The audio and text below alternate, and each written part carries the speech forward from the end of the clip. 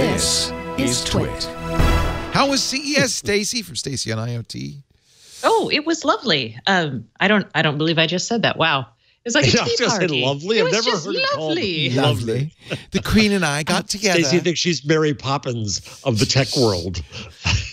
That's actually not a bad descriptor of me, I feel. You kind of are. Actually, now that I say it, yes, it does kind of work. Like I'm generally cheerful, but I am stern if I need to be. She's practically perfect in every way. Every way, yes. Okay, so CES Wired was Mary Poppins. Boring. It did not have I go and I'm a little different because I'm super nerdy. I go looking in like the chip booths and the weird, like I talk to people about product design, looking for like better ways to use battery life or maybe like flexible electronics. So I don't go looking for televisions or laptops or anything like that. And I do go looking for smart home stuff. And I didn't find anything new. I didn't find anything deeply like game-changing or disruptive.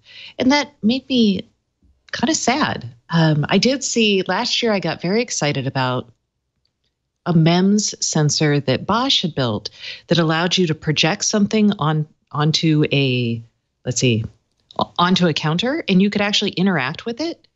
And I saw that in person. They turned it into a projector product, and it was super cool. I think I tweeted out, or we put it on our Instagram account of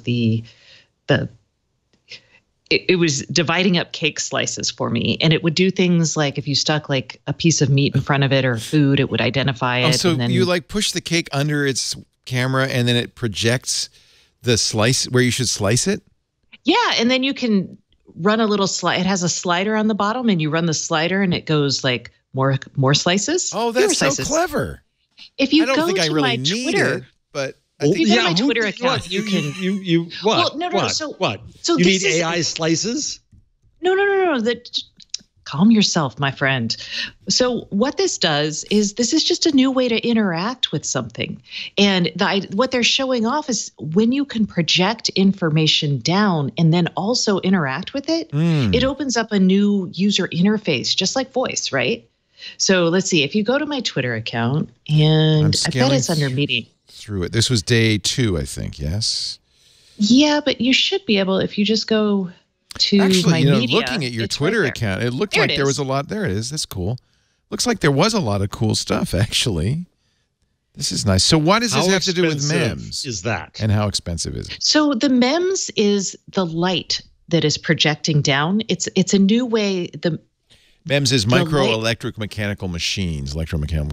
They're very, very, very tiny. They're not nano, but they're tiny mechanical machines. There's MEMS in our June ovens in the feet to weigh the MEMS are. I always tell people that MEMS are a way to translate the analog world to digital. So they're basically you take a silicon wafer and then you put something that's going to measure analog something. Your accelerometer is a MEM in your phone. Yeah, and then it talks to the rest of your electronics. So that's what a MEMS is. So, but what they did is it's just a new type of projector that when you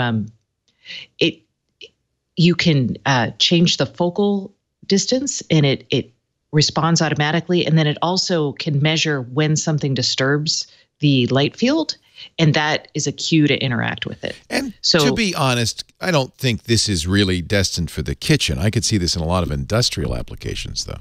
You could. I could see it in the kitchen. So really? The cake example is fun, but think about something like if I put a steak on there, or better yet, like a fish, and I said, hey, G, how do I debone this fish? Right. And then it can it can show instructions. Onto the fish, yeah. Yeah, or my screen that I'm using to like work my recipe, I don't want that to get dirty with my fingerprints. So I can just tap the counter, which sometimes is easier when I'm dealing with like a recipe than, maybe. Stacey, how long does it take to get deprogrammed after a CES visit?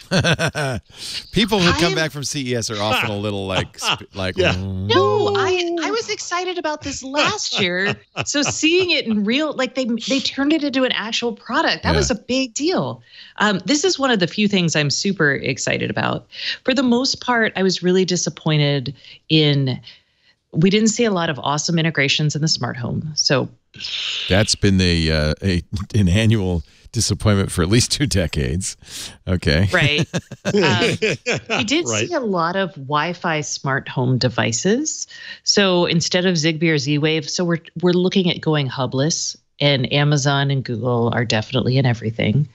There are a lot more health products that I think of them as digital snake oil for the most part, but some of them were actually really neat. Yeah, we were talking about this on TWiT, but there were some devices that, what was the bladder device that was happening? There was this device that measured how Father Robert was wearing it during TWiT on Sunday, and at one point we dosed him. What's it called, Karsten?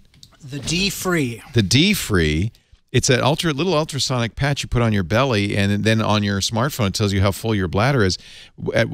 Towards the end of the show, we got tired of waiting, so we gave him a couple of liters of water, and man, it went to 10, and he ran. I said, you got to go? He said, yeah. And ran out of here. It works.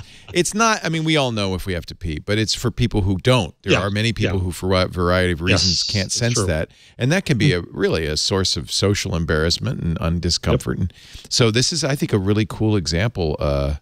That's an example of miniaturization of existing technologies and the smartphone. Taking advantage of the fact we're all carrying supercomputers in our pockets.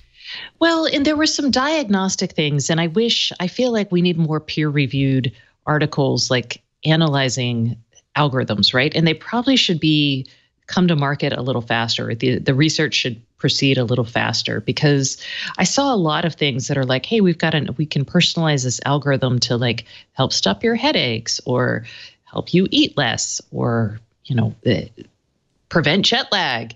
And they all sounded really fascinating and like it might be possible, but they also kind of sounded like, again, digital snake oil. So I really was like, I saw a lot of that, but I would like to see a change in how we review that kind of stuff. Well, I don't know. It is a bit of a carnival, right? And the good reporters like you who know what they're doing can contextualize what they're seeing, throw out the trash, of which, there's the majority of the stuff is trash, and find some interesting things. It sounds like you did that. I tried. I didn't walk away with any super interesting things. So I was a little, I feel like that every year. It's a little, Stacey, you keep up on, but you're ahead of CES. Right. That is true. Right. So you know what's happening before, by the time it arrives at CES, you know about it. Well, but sometimes I see things that I don't know about. And that's what I go for. Yeah, everything of course. I don't Everybody know wants to go to CES and be surprised. Yeah, I think that's a very good point, Jeff. You go to CES to expect to be surprised, but if you've been following tech, it's going to be the manifestation of stuff you've been reading about for some time.